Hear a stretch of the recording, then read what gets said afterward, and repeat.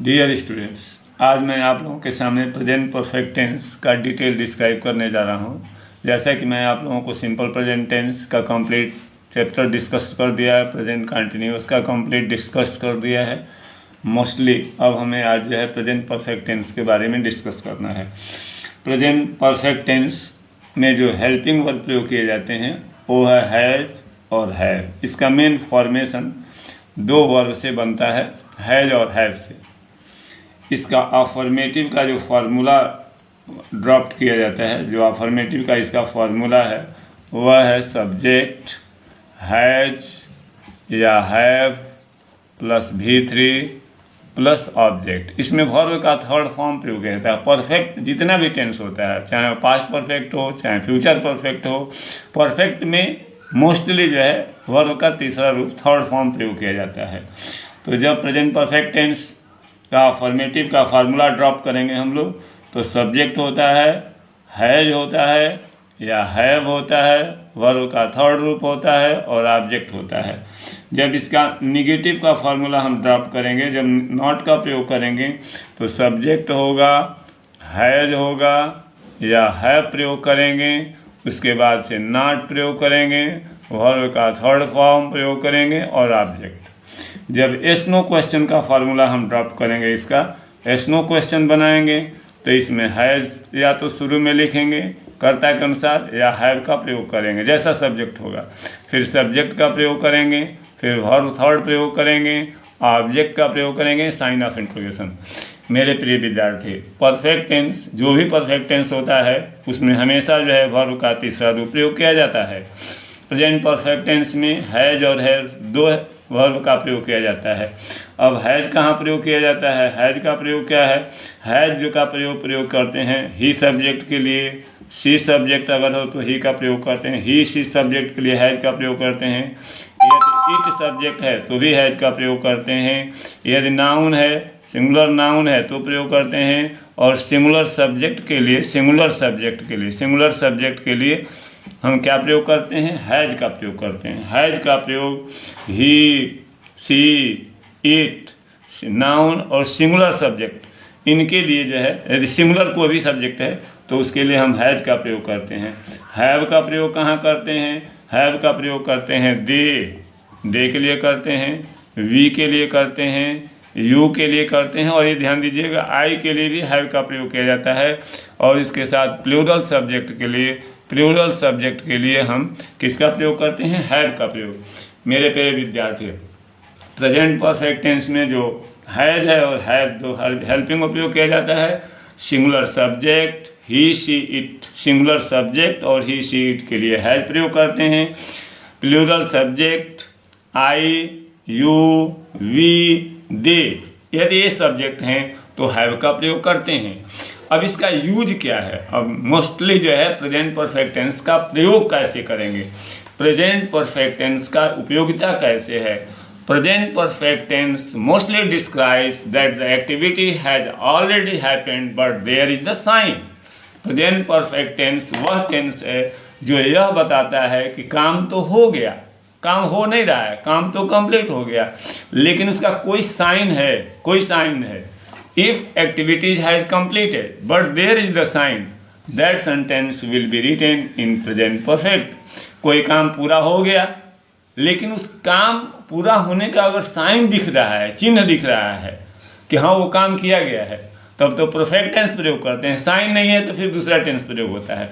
जैसे मैं एग्जांपल ले रहा हूँ, किसी व्यक्ति का उंगली कट गया, कटने वाला काम कंप्लीट हो गया, लेकिन उसमें से ब्लीडिंग हो रहा है तो साइन है, क्या हो रहा है? ब्लीडिंग हो रहा है। जैसे मैं कहूँ ही, ध्यान से दीजिए, लिखा है साइन ही, कुष्ठ में है कट हिज फिंगर, ही कट हिज फिंगर, ही कट हिज फिंगर। फिर लिखा है इट इज ब्लीडिंग। अब इसको ध्यान देने वाली बात है, सेंटेंस को करेक्ट करना है, राइट इट इन करेक्ट हो। अब दिया हुआ है he cut his finger, it is bleeding, sign है, फिंगर के कटने वाला काम तो कंप्लीट हो गया, कट नहीं रहा है, कट गया है, लेकिन एक चिन्ह है, उसकी उंगली कट गई, कैसे? इट इज ब्लीडिंग, खून बह रहा है। तो इसमें साइन है, work has already been completed but there is sign and so this sentence must be written in present perfect tense. इस बात को ध्यान रखना पड़ेगा। If any activities has already completed in past, work has already completed in past but there is sign in present and that's why that sentence must be written in present perfect tense. अगर ऐसी कोई गतिविधि होती है जिसे पहले किया जा सका है लेकिन उसके कोई भी प्रतिबंधित चिन्ह है तो उसे हमेशा प्रेजेंट परफेक्ट टेंस में प्रयोग करते हैं। तो इसे हम जब सॉल्व करेंगे, इसमें नॉट नहीं है, प्रश्नवाचक चिन्ह नहीं है, तो ये किस में प्रयोग किया जाएगा? तो अफर्मेटिव फार्मूला में प्रयोग किया जाएगा। किस टेंस में प्रयोग किया जाएगा? प्रेजेंट परफेक्ट टेंस में। क्यों किया जाएगा? क्योंकि साइन है। और प्रेजेंट परफेक्ट में किस में लिखा जाएगा? तो अफर्मेटिव में। सब्जेक्ट क्या है? ही है। ही के साथ हम हेल्पिंग वर्ब क्या प्रयोग करेंगे? हैज। अब कट का वर्ब हम प्रयोग करेंगे। तो हम जानते हैं कि कट, CUT कट V1 में होता है, V2 में भी कट होता है और V3 में भी कट होता है। कट कट कट V3 तीनों होता है। तो he has cut, CUT cut his finger, he has cut his finger. अब क्यों इसे प्रेजेंट परफेक्ट टेंस में हमने प्रयोग किया है कि this is the sign, this is the symbol, एक सिंबल दिया हुआ है। एक और एग्जांपल ले लें। सपोज करिए कि एक और एग्जांपल ले लें। कोई व्यक्ति साइकिल से जा रहा है, गिर गया है, साइकिल से गिर गया है और गिरने के बाद वहीं पड़ा हुआ है। तो देखें, ही कोष्ट में दिया है fall, FAL fall down from his cycle. फिर लिखा है कोष्ट में he is lying down, he is lying down. देखिए, अब ये सेंटेंस बता रहा है काम तो पूरा हो गया, गिरने वाला गिर चुका है, लेकिन अभी भी वहां क्या है? लाइंग डाउन है। लाइंग डाउन है तो साइन तो दिया है, काम हुआ पास्ट में लेकिन साइन है, तो इसको हम किस टेंस में प्रयोग करेंगे? प्रेजेंट परफेक्ट टेंस में प्रयोग करेंगे। क्या इसमें नॉट है? नहीं है। क्या प्रश्नवाचक चिन्ह है? नहीं है। तो क्या होगा? अफर्मेटिव होगा। तो जब इसे करेक्ट करेंगे तो प्रेजेंट परफेक्ट के अफर्मेटिव में सॉल्व करते हुए लिखेंगे he has fallen, he has fallen down, he has fallen down from his cycle. इस प्रकार एक रूल तो क्लियर हो गया कि if any activities happened in past but there is sign in present, if there is sign in present that sentence must be written in present perfect tense. कोई काम past में हुआ, वर्तमान में भी उसका चिन्ह है, साइन है, तो वह सेंटेंस हमेशा जो है प्रेजेंट परफेक्ट टेंस में लिखा जाता है।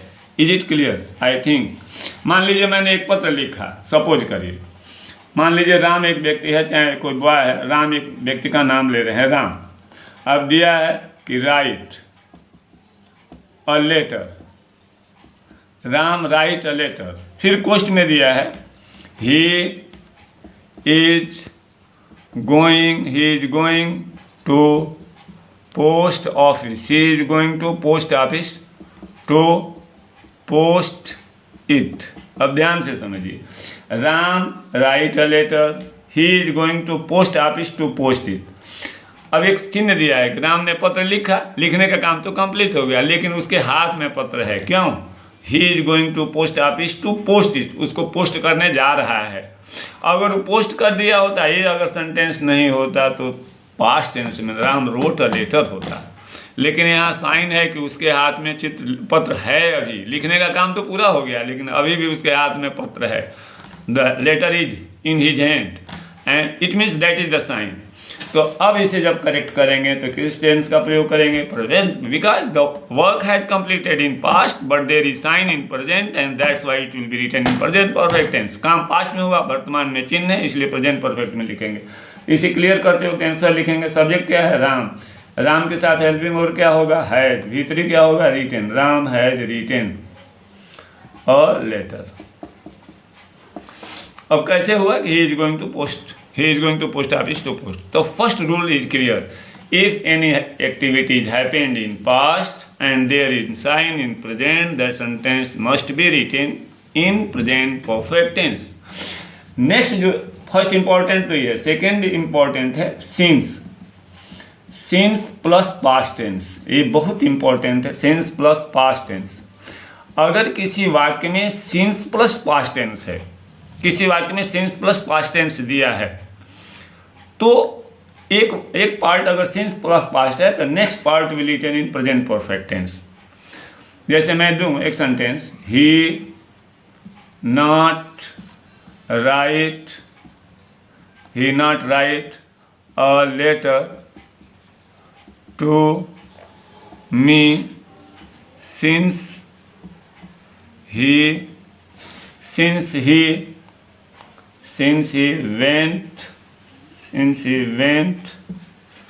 to America. He not write a letter to me since he went to America. Since he went to America किस टेंस में है? पास्ट टेंस में है और इसे करेक्ट करना है। तो सिंस इफ और sentence is in since plus past tense that next part will be written in present perfect tense. Next part इस शो कर रहा है कि अभी काम नहीं हुआ है, तो that sentence will B rest sentence, rest part. If since plus past in beginning, rest part will B in present perfect tense where it is, but keep in your mind since past is in past tense, rest will be in present perfect tense। तो he not दिया हुआ है, he के साथ has होगा, he has not, V3 होगा written, he has not written a letter, he has not written a letter to me, मुझे एक भी पत्र नहीं लिखा। she has not written a letter to me, या since he has not, मान लीजिए यहाँ पोस्ट में दे दिया है send, तब हो जाएगा का he has not sent a letter to me, यहाँ तब क्या हो जाएगा? सेंट हो जाएगा, SENT सेंट, जो भी दिया हो। तो he has not sent a letter to me since he went to America. तो एक नियम क्लियर हो गया कि यदि किसी वाक्य में सिंस प्लस पास्ट टेंस दिया हुआ है तो that rest part will be written in present perfect tense. Since plus past tense, if there is since plus past, rest part will be written in present perfect tense. जो third important नियम है कि since plus point of time, since plus point of time, since plus point of time, for plus period of time, for plus period of time अगर दिया है और काम complete हो गया है या दिखा रहा है कि काम कंप्लीट हो गया है, काम कंप्लीट हो गया है, याद रखिएगा। यदि कोई वाक्य में सिंस प्लस निश्चित समय, पॉइंट ऑफ टाइम का मतलब निश्चित समय, सिंस के साथ निश्चित समय ही प्रयोग किया जाता है, फॉर के साथ में पॉइंट ऑफ टाइम प्रयोग किया जाता है, लेकिन यह दिखा रहा है कि काम हो नहीं रहा है, हो गया है। यदि किसी वाक्य में सिंस के साथ निश्चित समय दिया है, फॉर के साथ अनिश्चित समय दिया गया है, लेकिन वह सेंटेंस ये शो कर रहा है कि काम कंप्लीट हो गया है, तो that sentence will be written in present perfect tense. यदि किसी, माय डियर स्टूडेंट्स, अब प्रेजेंट परफेक्ट टेंस का रेस्ट पार्ट जो है कल मैं आप लोगों को प्रेजेंट परफेक्ट टेंस पार्ट 2 में डिस्क्राइब करूंगा और मैं आशा करता हूं कि आप लोग अपना फीडबैक देंगे और उसी अनुसार मैं डायरेक्शन के अनुसार चलूंगा। That's all, thank you.